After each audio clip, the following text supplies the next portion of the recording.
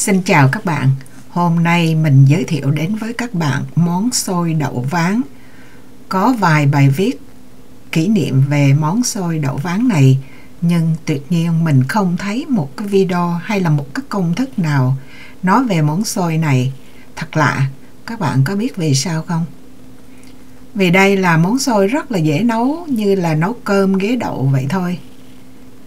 Bây giờ mình mời các bạn theo dõi cách mình nấu.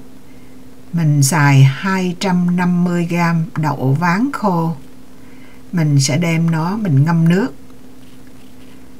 Các bạn có thể ngâm nước nóng hoặc là nước ở nhiệt độ phòng cũng được, ngâm qua đêm hay là 12 tiếng đồng hồ. Bạn cũng có thể là luộc nó trong nước sôi 10 phút. Sau đó thì mình sẽ lột vỏ ra. Này là không có cách nào mà để mình lột nhanh được, mình phải lột từng hạt nhỏ. Thấy người ta bán á, thì cũng có bán là đậu khô nhưng mà họ đã lột vỏ rồi, nhưng mà nó bị tách ra chứ nó không có nguyên hạt như vậy.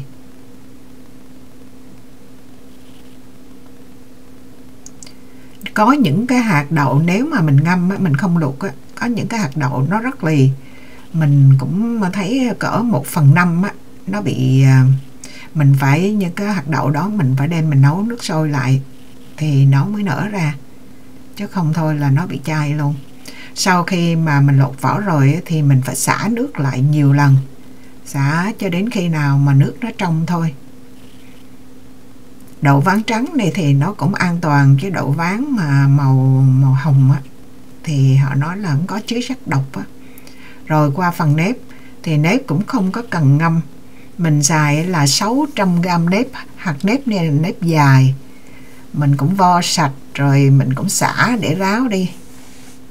Để ráo là để cho mình tính nước cho dễ thôi.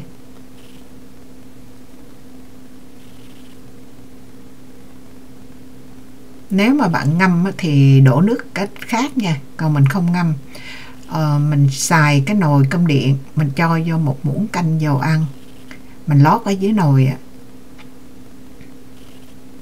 để cho nó khỏi dính nồi là một phần, với lại để cho cái nếp mình nó bóng lại đó, nhìn nó hấp dẫn hơn. Bạn cũng có thể cho dầu ăn hoặc là dầu dừa cũng được. Rồi mình cho vô 1 muỗng cà phê muối. Những cái món nấu này thì lượng muối thì cỡ 1.5 tới 2%. Thì mình xài 600 nếp với lại 250 đậu. Mình cho vô 1 muỗng cà phê muối này thì chỉ có 7g muối. Rồi mình cho vô là 600g nước này, nước bình thường, nhiệt độ phòng thôi. Sau khi đổ nước vô rồi thì mình đổ đậu lên. Đậu rồi mình thêm nước vô là cái mặt nước với cái mặt đậu nó cách nhau khoảng là 1cm á. Những cái hạt đậu ván nó rất là dễ bị mọt á, thành ra cái hạt đậu nào mà nó đen thì mình mình bỏ đi. Mình thêm vô cho nước cho nó lên ở trên mặt đậu 1cm. Đây là đậu mình chỉ ngâm 12 tiếng đồng hồ thôi. Thì nếu mà bạn muốn mà hạt đậu nó mềm thì các bạn có thể nấu trước nó. Mình có thể nấu nồi cơm điện như là gạo thường, hoặc là bạn có thể chọn xôi, nó là squid rice là bên ta phải nấu kiểu nào cũng được. Nấu rồi chỉ cần một cái là nó chín nè.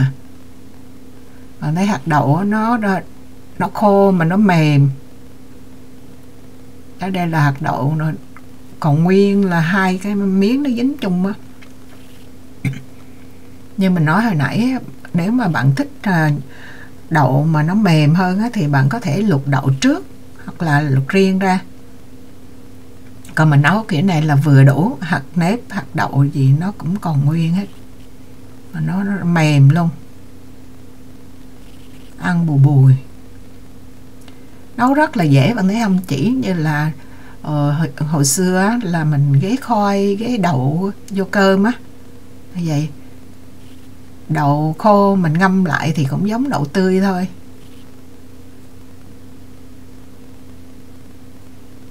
Xới lên đó thì mình sẽ cho nó vô 1 muỗng canh dầu dừa.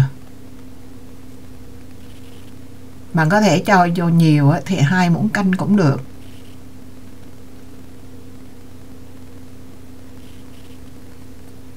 Rồi trộn cho đều. Xong rồi thì mình sẽ múc ra dĩa thôi. Tại vì mình múc hết ra để mình lấy cái nồi mình nấu cơm á. Thấy hạt đậu nào không có hạt đậu nào mà nát mà nó đã mềm rồi, chín mềm mà nó còn nguyên. Đơn giản chỉ có vậy thôi à. Chỉ là coi như vo gạo ngâm ấy, mà nó mệt cái là mình phải lột từng cái vỏ đậu. Nhưng mà nếu mà bạn không có thích như vậy, bạn có thể mua đậu ván họ bán họ lột sẵn rồi á. Đó, bỏ chút dừa dừa lên nên nhìn cái hạt xôi nó bóng vậy á.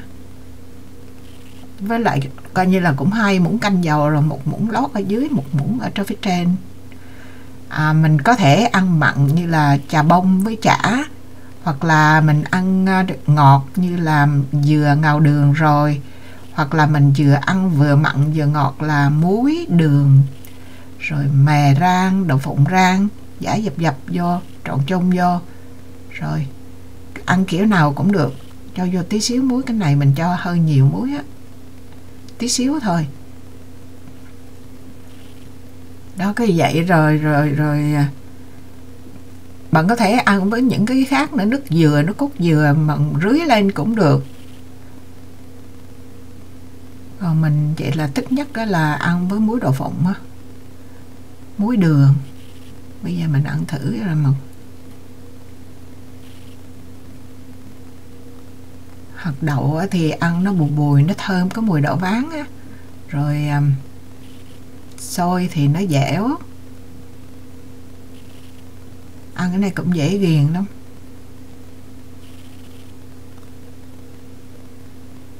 Nó ít ngán là bởi vì nó có đậu phụng, có ăn cái hạt đậu này á, nếu mà người nào không thích mà nó bùi kiểu đó, ưng mềm nát ra luôn á, thì mình có thể mình luộc trước nha. Video chỉ đơn giản với có vậy thôi. Bằng cách mà nhìn cái dĩa xôi nó đẹp phải không? Hoa mình mới hái giờ mình cắm cho cái màu mè, chứ cái nhìn cái dĩa xôi chỉ có một màu đơn giản á. Rồi mình cảm ơn các bạn đã theo dõi. Hẹn gặp lại các bạn trong những video kế tiếp. Bye bye.